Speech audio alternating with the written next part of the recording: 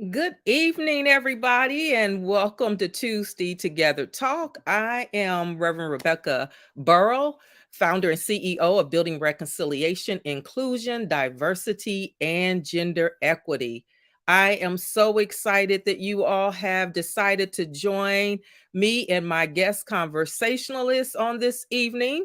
This is part two of our conversation on privilege, colorism, and natural hair.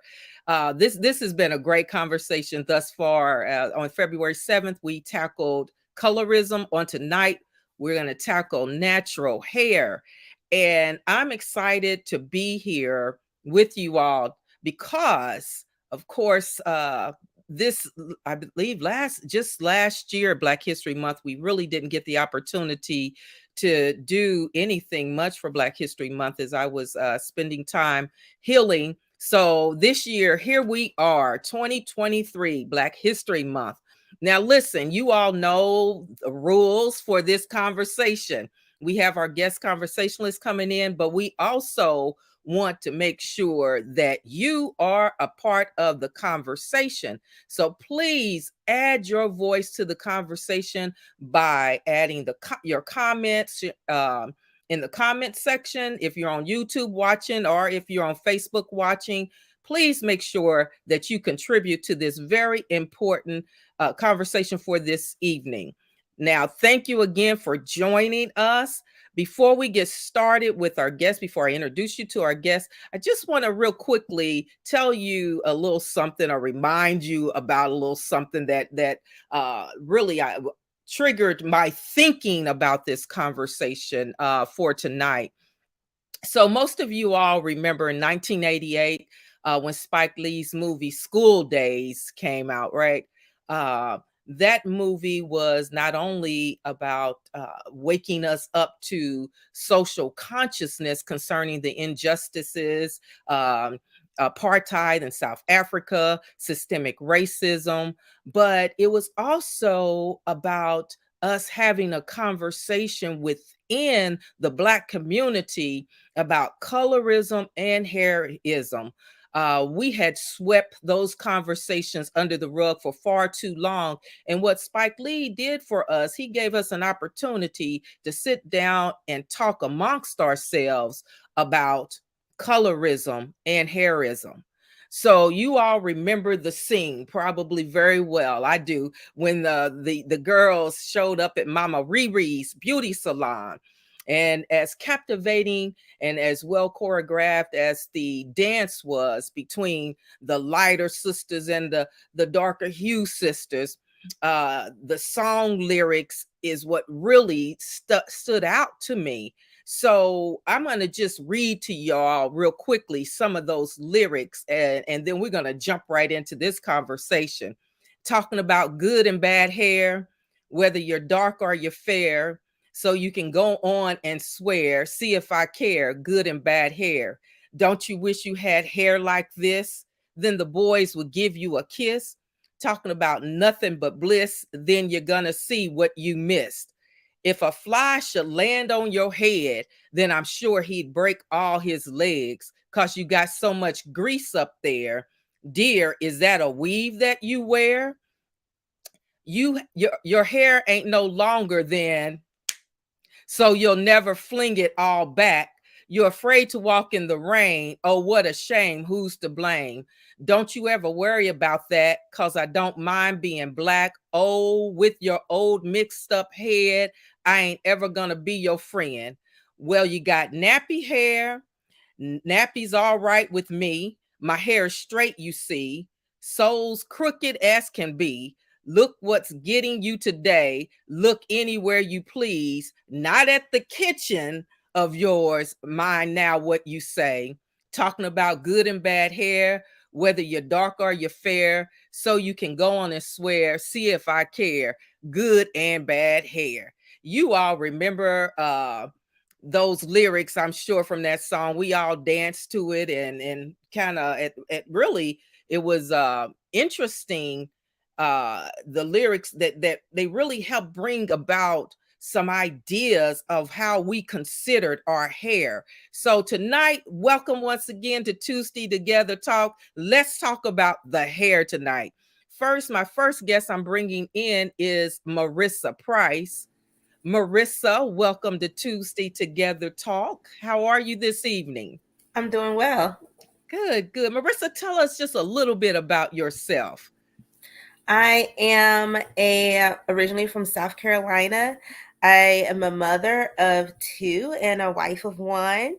Um, I spend my time either kids up with the or working and doing talking to people all over the world as a global vendor manager. So I've also been natural for at least like 9 years. Okay, thank you, Marissa, for sharing. And before the evening's over, I'm going to make sure I drop Marissa's daughter, Anna. She has her own business. I think Anna is 7 now. She is. Yeah, she has her own business. So I'm going to drop her information over in our comments section before the evening is over. Good evening, Rachel. Happy birthday, Rachel. Yesterday was her birthday. She's our Tuesday Together Talk private group expert, one of them. And good evening, Darlene. Thank you for being here, Darlene. And Mona, thank you so much for being here. I'm going to bring Miss Hillary Van Dyke onto the screen. How are you this evening, Hillary? I'm doing good. How are you? I'm doing well. Thank you. Thank you for being here. Hillary, tell us a little bit about yourself. Yeah, my name is Hillary Van Dyke. I'm the co-founder and executive director of the Green Book of Tampa Bay, which is a Black-owned business directory locally. Along with the director, we have lots of resources and events, and cultural events and arts events for business owners in the community. Follow us at Green Book TV on Instagram, Facebook, TikTok. I'm also pursuing a doctorate for some reason at the University of South Florida. So just like pray for me, y'all, because I don't know if I'm gonna finish it. And then there's a whole long list of other stuff, but I want to get to the conversation, so I'll stop there. Okay. Thank you, Hillary, for being here with us on this evening. Now let's add Miss Jerry Lee Brown to the conversation. As you all probably recognize Jerry Lee from our previous conversation on colorism, she has decided to join us this evening. Thank you, Jerry, for coming back. Please tell us a little bit about yourself. I definitely don't have a wide range like my two other panelists, but I'm Jerry. I'm from Jamaica. I work at an elementary school here in Clearwater. And I'm trying to figure out being black. There it is. All right. Thank you, Jerry, for being here. Hey, that's a good reason to be here. That's what I love about Tuesday Together Talk. We are all about learning from one another, and we talk about the issues, but we also are trying to talk about the solutions as well. So let's jump into this conversation. Nappy head, nappy kitchen, good hair, bad hair, beaded head, kinky hair, difficult hair, wild hair, pretty hair, bald head, greasy head. Those are just a few of the names people within the Black community have labeled either their own hair or the hair of other Black people. Marissa, I want to start with you. Are any of these labels familiar to you? Yes, all of them are familiar. Um, Most of them I'll consider not a great descriptor of the hair that naturally grows out of our heads. Yeah, yeah. Have you ever been called any of those names? Oh, of course. Um, Definitely been called that, or even um, thinking about like when was considering going natural or having a conversation about going natural. Oh, it comes out too kinky in our family for that. I don't know about that, which is funny because now I would say probably a good percentage of the women in our family are natural, even though. So I think there's definitely an evolution of trying of learning to embrace it. Yeah, yeah. Thank you for your honesty. I appreciate that. You made me think of my daughter when she told me she was going natural. She had to remind me of this. I had no idea that I put her through this. Thank God that I have evolved. But she told me that when she told me she was going natural, I said, "Oh no, no, you're not. You're not going natural." And we'll get into why my response was what it was at that time. We'll get into that a little later this evening. But I really am determined through this conversation this evening that we learn how to appreciate and value our hair more, where it's not a shock to our system when we decide to go natural. Hillary, have you ever heard any of those words as it relates to your hair? Yes, Rebecca. Sorry, yes, Dr. Burrow. Um, yeah. I have not dealt. I good hair. That's the one that I always have. And I think even now, because I'm in the process of locking my hair, so everyone's like mourning for me, like, but your hair is so curly. Yeah. And my thing is, I'm like, well, if you want to come over and do this hair every day, then let's do it. Yeah. So that's the one, and I think it also just I can't ever complain really about the struggle because I'm supposed to be like super appreciative of this like construct of good hair. Mm-hmm. Yeah, Hillary, it's interesting that you said that. For those of you that can't really see the texture of Hillary's hair, Hillary has a more wavy. Uh, Just uh, look at my headshot on yeah, the yeah, advertisement for this. yeah, and she's has naturally long hair. And I remember Hillary one day we were in a meeting together on Zoom, and I remember you coming on after having your hair flat ironed out. It was nice and straight and long, and everybody was, "Oh, Right. Hillary, your hair Yeah. is so pretty, Hillary. Your hair is so yeah." So Mhm. there's And that's really because even as I was transitioning to natural hair, I was too scared to do a big chop. So I would grow and chop. And I did that basically through blowouts for like a year and a half. And every time it was a fresh blowout rather than wearing it wavy, like very regularly, the only time I ever got any sort of comment ever about my hair was when it was stick straight. Yeah. Well, listen, before we go on, I want the listening audience or the viewing audience, let us know, have you heard these labels about your own hair? Let us know. Just drop your comments in the comments section. I'm really curious to know how your hair has been described or defined by someone within the Black community. Jerry, I think when I met you, you had your hair was locked, if I remember. I think Yes, when I met you, right? yes. And so it's gone through several different transitions. Have now you're from Jamaica. Right. So is this a common conversation that you had in Jamaica, or is this something that happened when you came to the States? I wouldn't say it was a common conversation, but it was definitely one in my family because mommy was half white, Jamaican white, Mm-hmm. and daddy was the Nigerian black. We did our DNA. Daddy did the DNA. And he's 70% Nigerian. So within our family, it would be like, oh, you get daddy here, which was you get the kinky hair, and the grandkids all came up with the good hair, like mommy's hair, and we were all like mad because I'm like, well, how they came out with it, and we got the old nappy head. Yeah. So that's the only time we would actually hear it amongst Jamaicans. Not so much. Mm-hmm. But I've gone through every hairstyle. I've gone through the jerry curl. I've gone through the finger waves. I've gone through the perm. And then I said, you know what? I need to lock this up because I'm tired. So Okay. Thank you for sharing that, Jerry. That's interesting because it made me think about my uncle, whose name just so happened to be Thomas, and we call him Uncle Tom. course.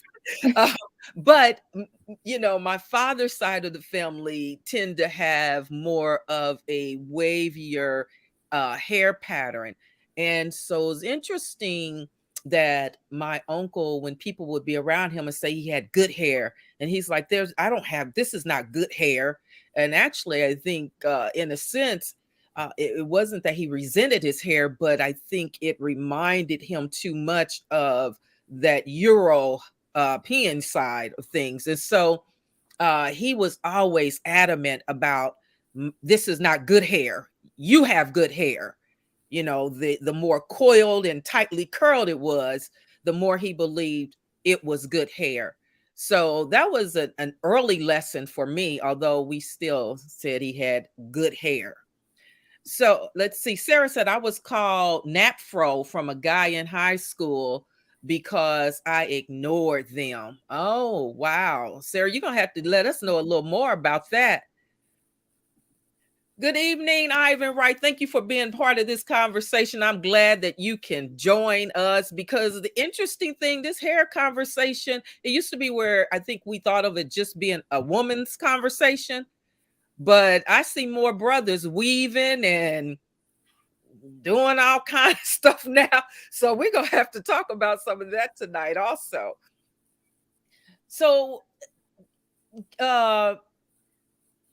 Jerry, tell me, what is your earliest memory of your hair texture being considered good or bad? The first year of high school in Jamaica, I was 11 years old. Mm-hmm. And when we got to class, our first, we had to meet the teachers. And there were 3 other girls who had, one was Coolie, which was Jamaican Indian, one was Jamaican white. And the teacher was like, oh, you go over there with the girls with the pretty hair and you'll be in that group. I didn't think anything of it, but I was like, okay. Mm-hmm. Looking back now, I'm like, oh, you mother. Mm-hmm. Yeah. Okay. What about you, Marissa? What's your earliest memory of, learning that your texture was considered either good or bad? It's funny because before I went natural, one of the things was, I don't know what my hair is going to look like, because I don't really have any memory of my texture unaltered. I do remember washing my hair and it just, shrink up real tight to my scalp. But it wasn't a texturizer. It was some type of chemical that helped loosen the curl some and help hold the press longer. And then after a while, we did relaxers, and that's my memory of my hair growing up. So there wasn't much referencing to the texture of the hair because it wasn't seen. It was covered up by other items. Mm-hmm. It's interesting how we as Black folks think about our own hair, whether it's good or bad. Hillary, what about you? Now, you've already said that you were considered more of the good hair, and you should be appreciative of that. Well, well, one thing I would say is that whole conversation is generally Black people saying that. But my first experience about understanding that there's a difference, if you will, with Black hair happened in 5th grade. So I was 10. And my mom, she would regularly do my hair. And one of the hairstyles, I think it was 2 French braids, she did. I think I didn't like it. So when I came home, I took it out without permission. And if you can imagine how long it would have taken her to do that. Mm-hmm. So she was like not having it. I basically had to figure out how to do my hair myself the next day. And so I did just like the half up, half down, because like the only other person that had hair like me that I could think of was like the chick from Coming to America at the beginning. And I felt pretty good about whatever I had constructed. And My teacher, when she rolled out the TV cart, I always sat up front. A girl in the back raised her hand and was like, "Oh, I can't see over Hillary's hair." Mhm. And then rather than like having the girl move 4 inches to the right, she had me sit in the back where I Mhm. sat until whenever my hair was braided again in a way that it wasn't too big for the TV. Yeah. And so that was just like a really clear message that something was wrong with my hair. And actually, by the end of that year or early the next year is when we were permed, and I just was like so happy, Wow. right, to have my hair relaxed. And I like the pictures too. I can see like just how proud I am of my straight hair. And then was relaxed for 22 years, like, and that just was what it was, you know. So You yeah. know, it's interesting because basically what I'm hearing from you all is that we're taught early on not to appreciate our hair, the texture of our hair. And unfortunately, because we've been taught that, we pass that down uh, to our children. Now, I'm going to take y'all way back because I think all of y'all are a little bit younger than me. But my earliest understanding of the texture of my hair happened with sitting in the kitchen with that pressing comb on the stove, uh, right there between my mom's legs, and her combing through that hair. Woo! And so I knew early on that in order to get my hair to look a certain way, of course, we all at that point wanted those two pigtails or something with the little curly Shirley Temple kind of curls on the side. That was a big thing, or the little spit curls on the side. And of course, by the time we went to church and came back home, it had tightened back up. But that was probably the earliest memory of knowing that my hair was you know, I guess what we considered unmanageable. And I'm so excited now that we're learning how to manage our hair and to appreciate our hair. I'm going to read a couple of comments before we go into this next question, ladies. I wonder what this conversation will sound like in the next 5 to 10 years with the rise in tension alopecia. Yes, due to excessive wig use, too tight braid styles. When you have no hair, any hair is good hair. But I wonder if we will appreciate that even after all of the damage done to our hair by trying to have long or straight hair. Yes, Sharon, that is so well said. It's going to be interesting to see how we think about our hair in the next 5 or 10, or even our children, especially since this whole straight wig phenomenon has occurred in the Black community. Any of you want to comment to what Sharon is saying? I just don't know what people look like when they change their wigs. It's a whole new person. I'm like, I can't do this. I don't know who are you again? I'm sorry. Yeah, well, yeah. And it's a way for us, I don't want to judge someone that wears wigs because I know people wear them for a number of different reasons. I think the difference for me is when people wear wigs for the sake of trying to become someone other than who they are. And I think that's the challenge. Sarah Gilbert says, I love my sister locks, wore them from 2004 to 2022, cut them all off in a depressing moment. I was not able to keep them properly groomed during COVID. Oh, yeah, that's another one of the challenges that for some people occurred. So, Sarah, I hope that you will have your sister locks back. Hope that you'll be able to grow them back out. Lisa said, yes, mom used to straighten our hair on Saturday night for Sunday morning. Yes, that was mommy and daughter time. No matter how many burns you got on your ear or on your neck where they were trying to get the kitchen. There's on the pressing was real. Be careful what you say because you might be popped with that hot comb. Yes, yes, absolutely. So let me move on to this next question. I know we've kind of got into this. Oftentimes, black folks' hair is considered un considered manageable when straightened. Where do you think we get this ideal of manageable? Where does that originate from? Uh, because we have been, we've been doing all kinds of things to our hair for long generations, right? So, what is this concept of what is manageable? How do we even define manageable when we think about our hair? Marissa, let's hear from you. I'm sitting here like, that comes from the European standard of beauty. You just want somebody else to say it. I'm just, wait for y'all to, talk about it. Talk about Yes, it, Marissa. that's the European standard of beauty. Because the blonde with the long hair and the blue eyes is the epitome and the picture that's put in front of us, that's been put in front of everyone for a long time, and it's not just a US thing. That's a thing across the world.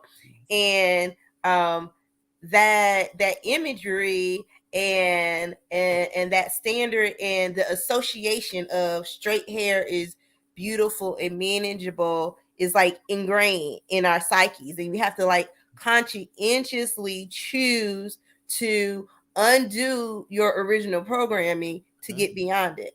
Like for me, one thing that sticks out to me very well is years ago I got my hair pressed, went to church, older lady at church comes up to me and she's like, "You look so much prettier and younger with your hair like that." Wow. Because it was just so ingrained. Like, to many degrees, I hate straightening my hair because people lose their mind so much. And I'm really like, I can't wait to get my curls back. And y'all need to free yourselves of this European standard of beauty. Yeah, yeah. Thank you, Marissa.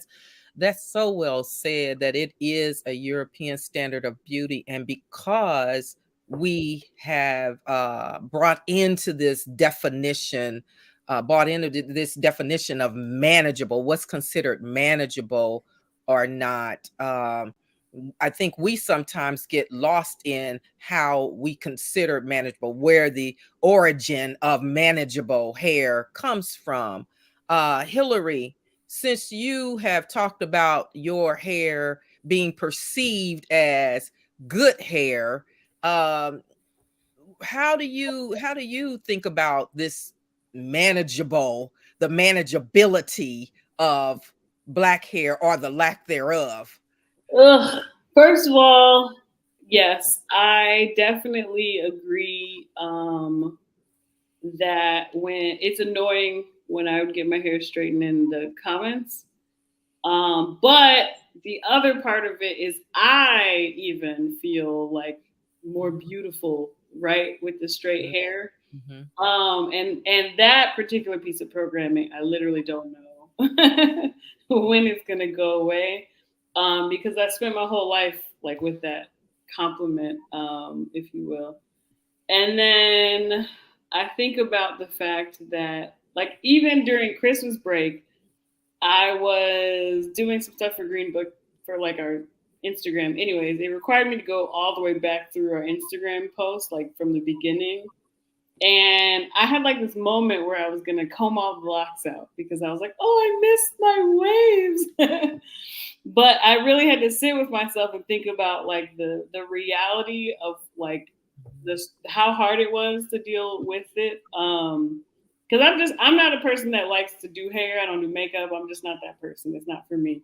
But at the same time, I want to like be just naturally me, and like however it is in all these other ways. I believe in being natural, but then was like straightening my hair and chemically processing my hair. And then I think even just how quickly it grows now, like everything about what's happening is how it probably was just supposed to be. And I have spent 30 some years fighting that. Yeah. And so I think the struggle with manageable was that you watch movies, they just wake up and go somewhere, or they can wash their hair and walk out. Like they can actually do a wash and go. Hmm. And so just realizing that it's just different hair. Yeah. It's different than theirs, and the things that it needs to be healthy are different, and that's okay. And not being so stuck on the idea of like literally every piece of media and content that's produced tries to convince me that my hair is not manageable if it's not straight. So it's just like we have to fight through that. Yeah. And for me, it's like a constant battle. Hmm. Thank you for your honesty, Hillary. Yeah, there was a commercial years ago that was, I think it was Wash and Go with Perk or some one of those commercials. But I appreciate you being honest and saying that, I still struggle with this idea of my hair being more manageable when it's in a straight state. Because I know that for me, that was one of my challenges. And now, of course, I love the convenience of my braids. But when my braids is not down, yes, I am still one of those that use that relaxer. Um, Now, the good thing is that I'm not as, I guess, dependent upon it as I used to be. But it is a reality, especially because I love a short hairstyle. And I just find that, oh, it's easier for me to maintain. I can lay down on my satin pillow at night and wake up in the morning and whatever. Um, but I think the reality is, and I think Carrie is making this comment, I think sometimes it's just that we don't know how to manage our hair because we weren't taught how to manage it. We were taught to manage it while it's straight, and that became the habit. That's why it seems easier, because that became the habit. But then you said something else that was important, and that is that you said you like the way you look with your straight hair.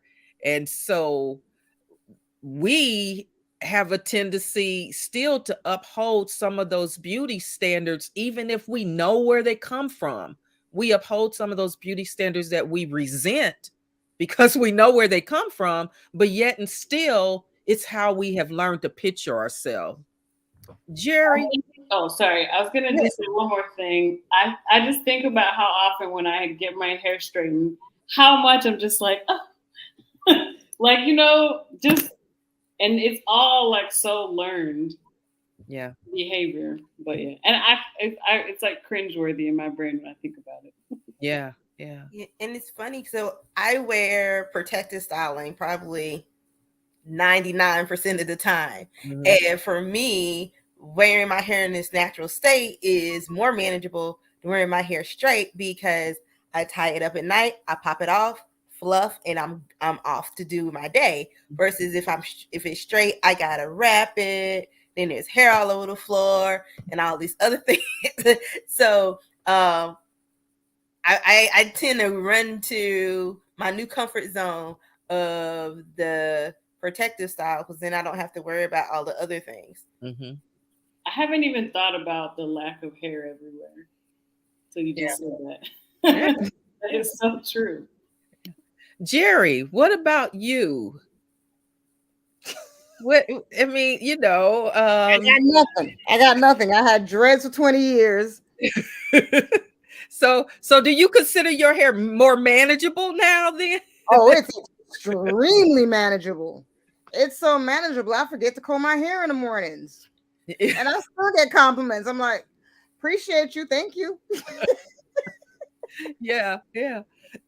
I think one of the things that has been most helpful, of course, when you're wearing a protective style or when you've cut your hair off, is your ability to have this freedom that comes with I'm not worried about my hair. One of the best things I ever did was the shave.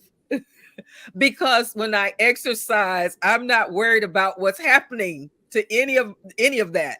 I'm able to move about. I'm not worried about nobody looking at the back of my neck, seeing if, calling me names because it's kind of tight back there. But I think it gives us a sense of freedom that we didn't even know existed because of the whole relax and hair straightened movement that we were brought up in. I'm going to read some comments real quick. I have to read Ivan Wright's comment because I know he's one of the few men that are listening in.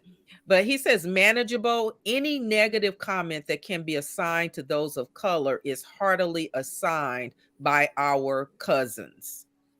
So that's that whole idea of manageable. We know where it stems from, we know where it comes from. Sarah says every beauty magazine you see had women with straight hair when we were growing up. Yes. Dark and Lovely, even for black women, we were in magazines, we had Dark and Lovely. Of course, at one point in the 70s, I loved the Afro sheen and the pick, um, those sort of advertisements, but we don't see much of those as you get older and older. I think that's a thing that I'm really excited about, like this generation of children, because when we were growing up, if it was a black doll, she also had straight hair. My daughters get to grow up with black dolls with curly hair, straight hair, braids, everything in between. It's a more connected reflection of blackness. Yeah, and I would agree that I feel like the generation doesn't realize how easy, not how easy have it, but a lot of why I was inspired finally to go natural was like a combination of the work I was doing in the equity space and feeling kind of like a hypocrite during that. But then also, I was working at this high school, and almost all of the girls had natural hair. And I just was like, one, I wish I had that sense in me as a high schooler, but just found them really, really inspiring. So, yeah, this generation is really what helped me actually do it. Yeah, that's so true. Carrie said it took a long time for me to get my mom to agree to let me go natural. Then for several years afterwards, my grandmother would ask, "When are you going to grow your hair back?" Her stance was, "Hey, was they don't know if it's nappy or natural." Yeah. Jennifer says, I love giving compliments to girls who wear their hair natural, especially at my school. Jennifer works as a guidance counselor in a school. They light up when I tell them how beautiful they look. Every style is unique, and I know I am reinforcing a sense of pride. Absolutely. Absolutely. Especially when almost all the standards around them is telling them that, their natural hair may not be as beautiful. Mona said, yet the toxins in those relaxers aren't safe. Lord knows that's the truth. And now with some of the research we see that's come out on relaxers, we know that we need to, they have carcinogens. That's what they're saying about relaxers. Yes. Sharon said, I felt a great sense of freedom when I stopped relaxing my hair. Yes, it was a rediscovery of myself because I had some kind of chemical in my hair from age 8 to 25. I loved my fro. No more scalp burns, split ends, or itchy scalp. No more comparing my hair to someone else's because I was truly embracing my own unique look. Yes.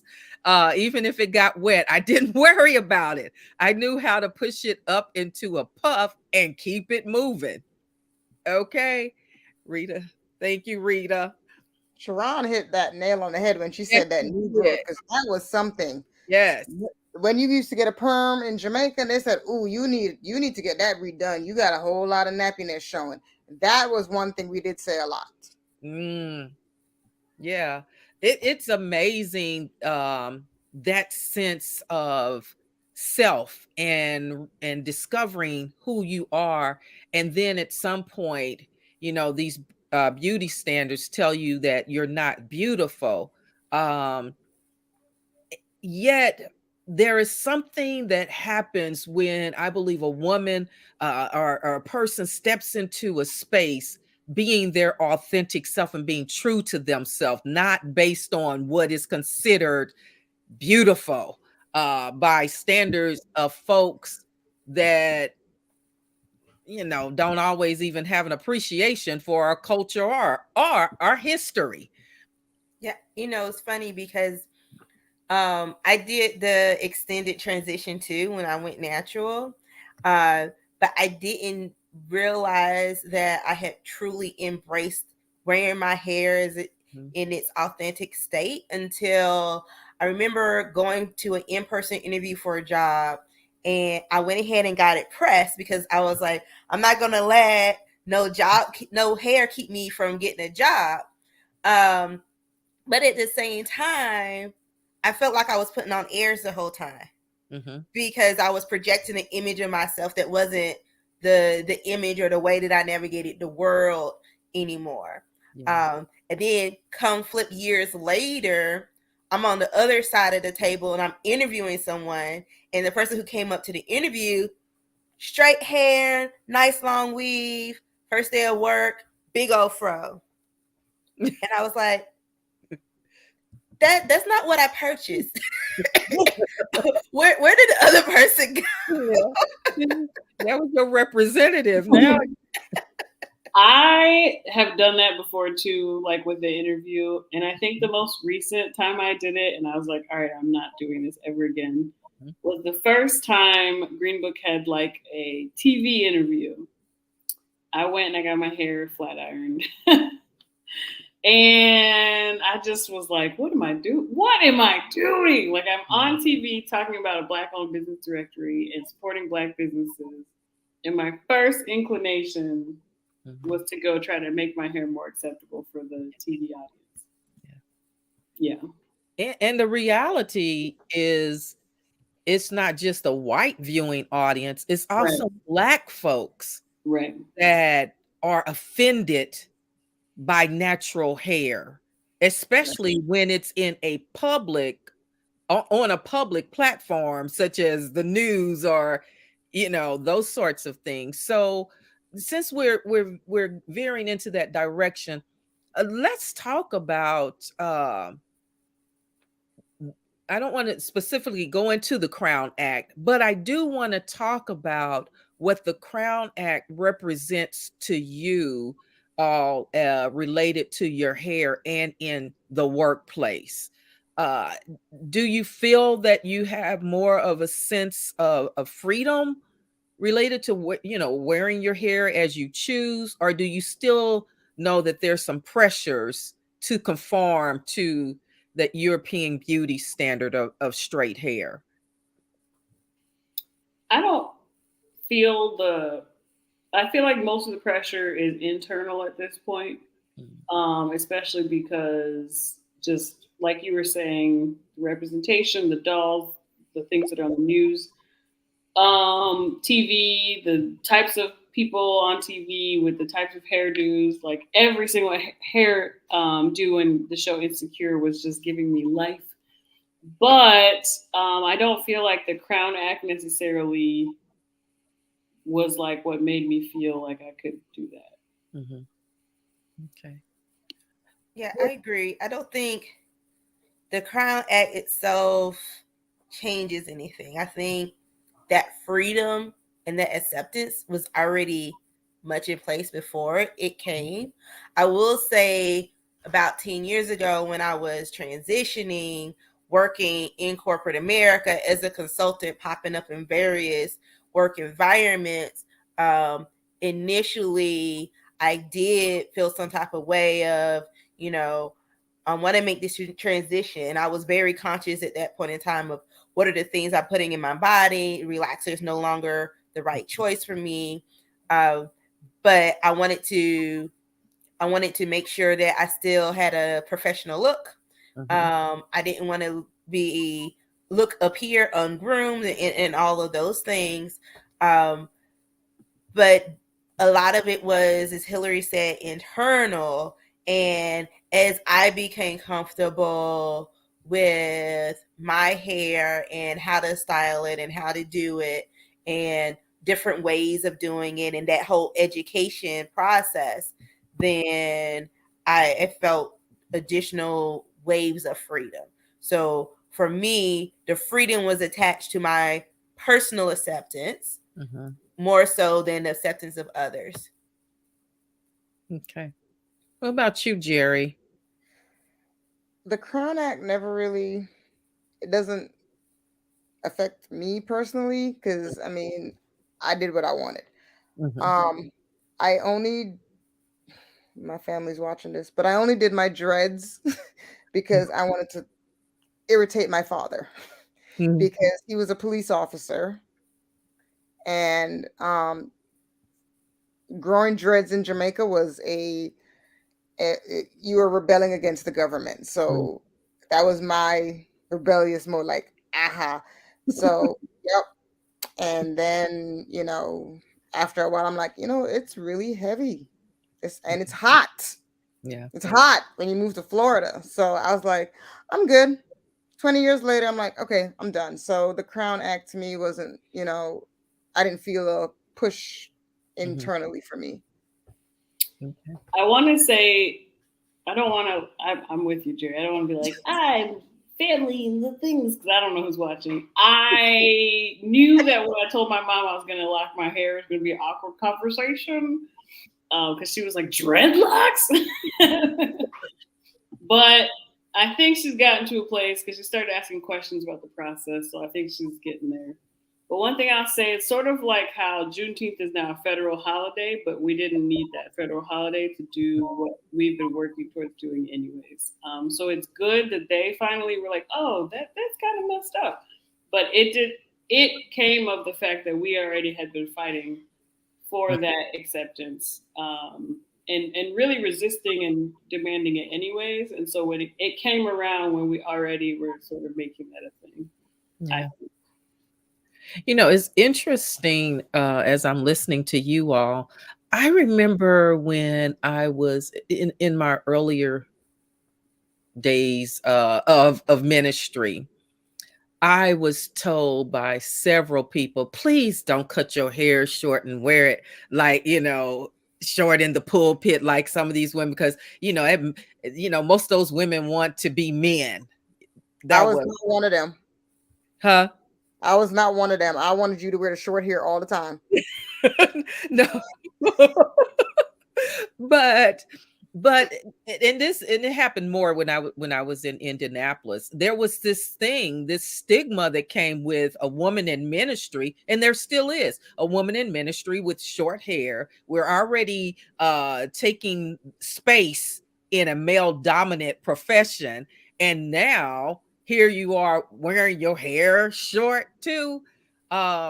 So when I think about the Crown Act, or even wearing, your hair natural or short or whatever you choose to do, I think about how I think more about how it's perceived within our own community, and that to me influences my decisions on, how I wear my hair or not wear my hair more than any of the European standards of beauty, at least today.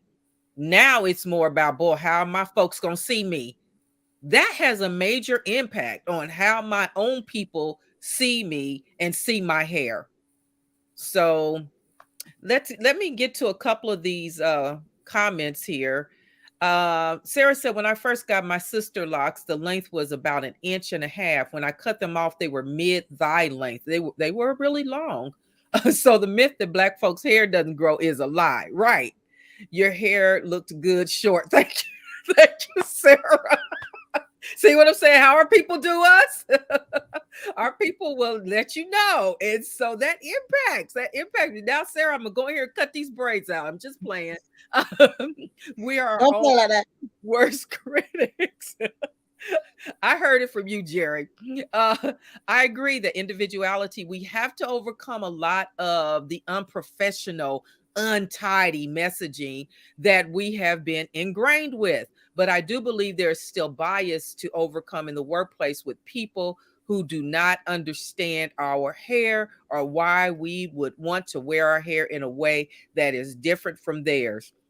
That bias may prevent hiring or promotion or being invited into rooms and spaces that could then stunt your professional growth. And honestly, those limitations can be imposed. I'm yes, I think she's probably got some more to come, but that's so true that it's a real thing how our hair is perceived in workplaces. And especially I know people that had their hair dread. I've heard other black people say, oh, I wish they would wash their hair, get that stuff out, like they never maintained their hair. And let alone having an ally or an advocate for you in those boardrooms and places where you're trying to get a promotion or something. A lot of times those don't even exist. Those allies don't exist even among our very own folks. So I think it's a real issue that we need to start dealing with within the Black community. How we perceive our own hair, how we perceive the hair of others. That was one of the reasons why I told my daughter, you can't go natural. She was getting ready to start, she was at that age where she's finding a job and thinking about career and all that. And I'm like, oh no, you can't do that. Because when you walk into that interview, oh my goodness, what will they think? And so that was challenging for her at that time. And I have no idea, she'll let me know how that really impacted her and her self-esteem when it was something that she really felt was important for her hair and what she wanted to do with her hair. So, So I just wanted to point one thing out is like this is not the first natural hair revolution that mhm, we've experienced, right? But I think our current natural hair revolution is very different from the 70s. The 70s was a lot of people linked and attached the natural hair to the protest movement mhm, and a demonstration of, full on rejecting of a whole bunch of things, where now there may be some of that still, but mhm. there's also a whole lot of other motivations that Yeah, people use to go natural. And I would say the support is different as mhm, well because corporations figure out there's money attached right. to Black women and Black hair. Mhm, We go to the salon way more than our counterparts. mhm, We spend a whole lot more money on our hair than others, regardless of what state it is in. yeah, And the dollar rules in America. So once that people could figure out and tie the dollar to the way that Black women wear their hair, they're like, fine, do whatever you want. As long right. as we can make money, let me see how I can get this dollar instead of you circulating in your own community. Yeah, yeah. There is a lot of that capitalizing off of Black even hair care products that aren't really developed by Black people oftentimes. And actually some of them are even just repurposed from white hair care products and put into a bottle or something that would look more attractive in the to the Black community. So they'll use colors, that they perceive that are more more, I guess, black. um so that's how they get our attention. They'll put a kente cloth or something on a bottle or a jar to make it look like it was really developed by a Black person. So thank you, Marissa, for reminding us of how people then have learned how to capitalize off of this natural hair movement, second awakening, third awakening, whichever one it is. Now, ladies, before we go, I want to ask this question because it's so important to me. So now that the natural hair community is more visible, it seems more harassment occurs between those who choose to relax or straighten and those who are natural. Why haven't we resolved this issue about, you know, straight, kind of like the song that I would given the lyrics to early on. Good or bad hair, straight or relaxed hair, or afro, natural, whatever you want to do. Why is it that we can't seem to coexist without insulting one another, whether it's relaxed or whether it's natural? Because it's ingrained in us. Simple answer, I think. I mean, it's been generations. You got good hair, you don't. And we just carry it on, and we just have to change our mindset, and now we have to change our words. Yeah. You look good. Even if you don't think it's a great hairstyle, we still need to compliment each other as Black women. You look good. Yeah. Yeah. Whether it's straight, Curly, nappy, kinky, the creamy crack. Bedhead. whatever the terms are, you Yeah. know, you look good, my sister. You look good. Right. That's it. Right. Yeah. So Yeah, I think there's just so much like internalized racism with it too, yeah. where we are like becoming our own. We don't need them to do it. Oppress us. We're doing it to ourselves. Yeah. I don't know. Yeah, I agree with Jerry. Like we're doing it to ourselves, and how do we not? I don't want to be like everybody, but how do we break that mold? Because to some extent, it's your own freedom that's lacking when you say something like that about other people. So I just say, how do we get free? I said to my daughter, I'm like, I need to give you a hairstyle that I can manage. And she's got the good hair, Mm-hmm. but it ain't that good because I got to do something to it. Mm-hmm. You know what I mean? So it's like, but you still look good no matter what it is. We just have to keep saying it. You look good. Yeah. Yeah. So learning how to demonstrate an appreciation for one another, regardless of the choice, whether you relax it or whether you wear it natural, learning how to have that respect just because we are blood kin, right? Marissa, go ahead, give us a little comment, feedback on this question. I think there's a lot there, because I mean we've got generations of being taught to fight each other in general that we have to spend time to conscientiously overcome. There's, I know when I went natural, there's internal, and I've heard it throughout this discussion about the internal war that you have and dealing with yourself and reprogramming and freeing yourself. So there's all sorts of reasons why somebody could, argue or pressure either way. I try to just encourage people to be authentic to them and do what works for you, and be aware of whatever consequences are, especially when it comes to relaxers, because they've got consequences. But there's also other alternatives that could work as well. So, just be encouraging, compliment, like was said before, and support one another. Yeah. Yeah.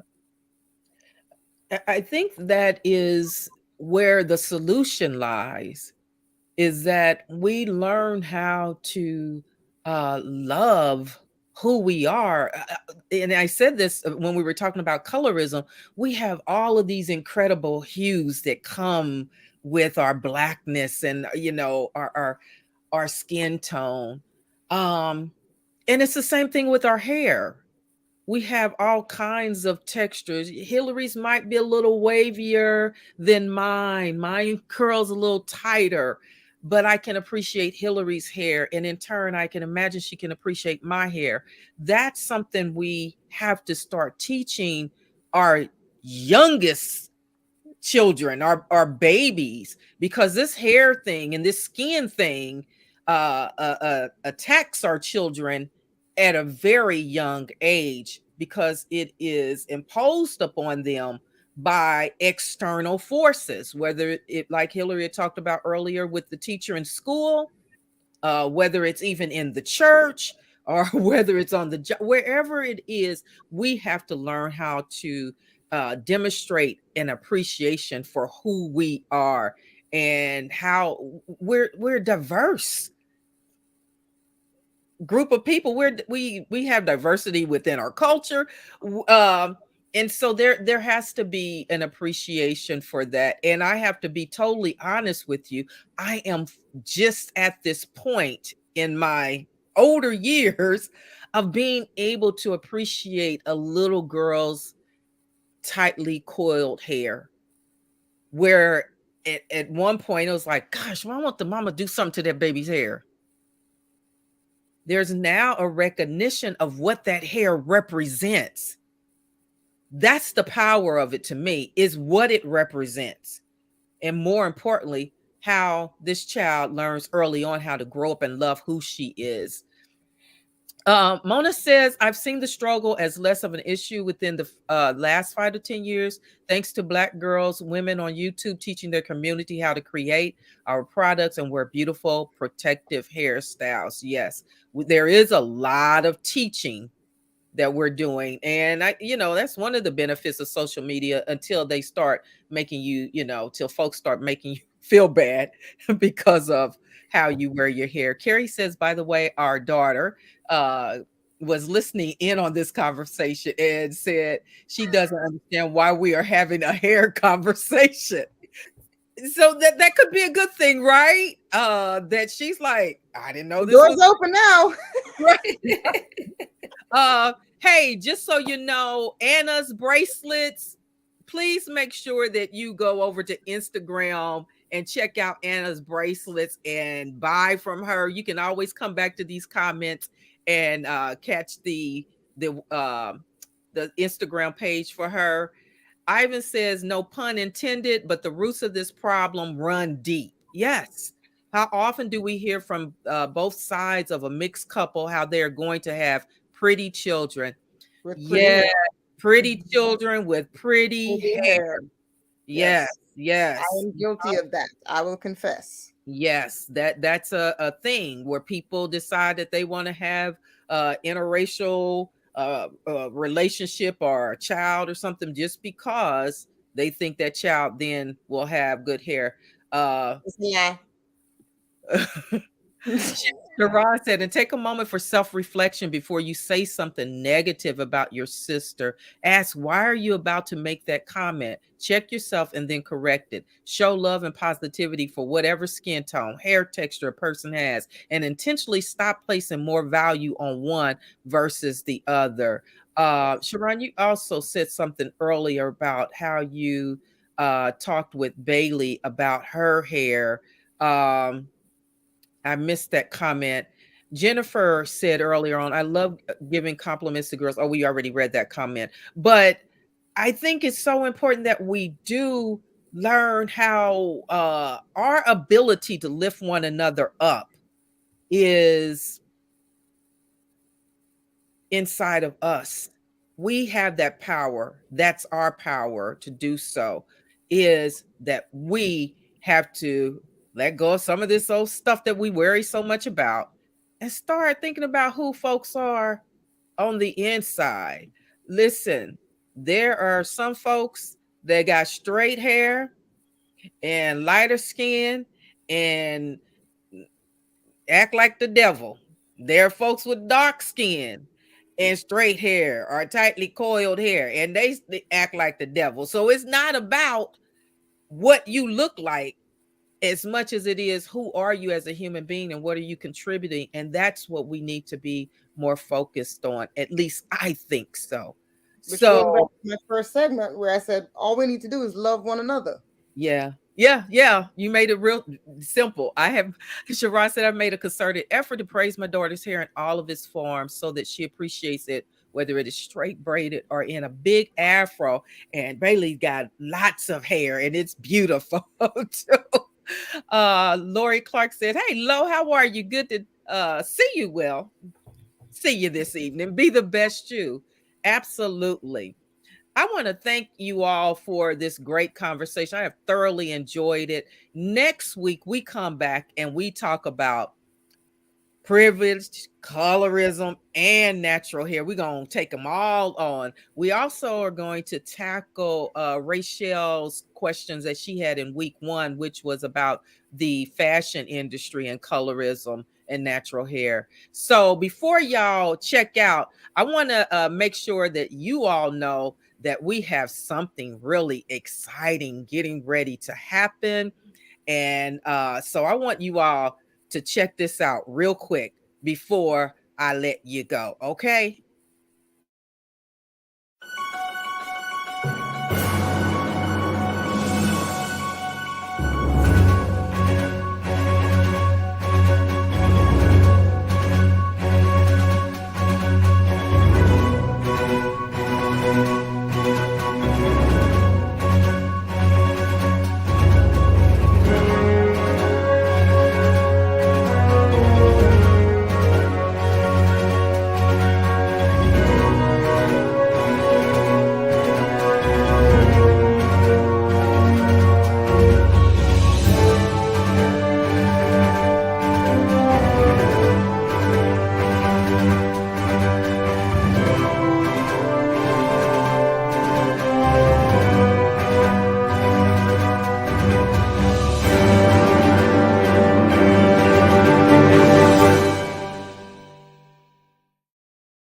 All right.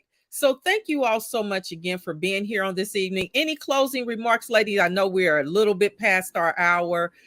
Any closing remarks before you go? Don't sit on it. Come on now, let it out. Anything you need for the people to know? Just say, I love you and you're beautiful. All right. I love y'all and y'all are beautiful. That's it. Marissa, what about you? Be your authentic self. Thank you. Thank you. Hillary V. If you know you're about to be awkward as it relates to race or hair, say nothing but hi and keep it moving. Just say hi. Just say hi. Yeah. Yeah. So that's a real easy one. If you get ready to say something silly, we ain't even talk about the old touching of the hair and all that stuff. If you get ready to say something, just Be keep your own people. before you touch my hair, please ask permission. Darlene says, love yourself and others. Jennifer said, great conversation.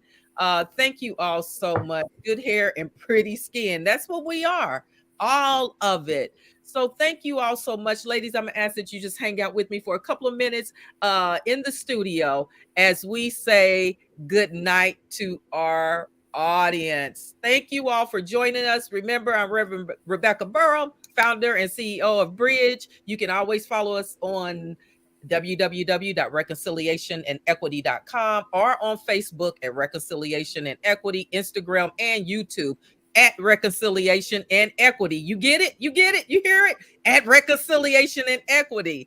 All right. Make sure you come back next week for our panel discussion on privilege, colorism, and natural hair.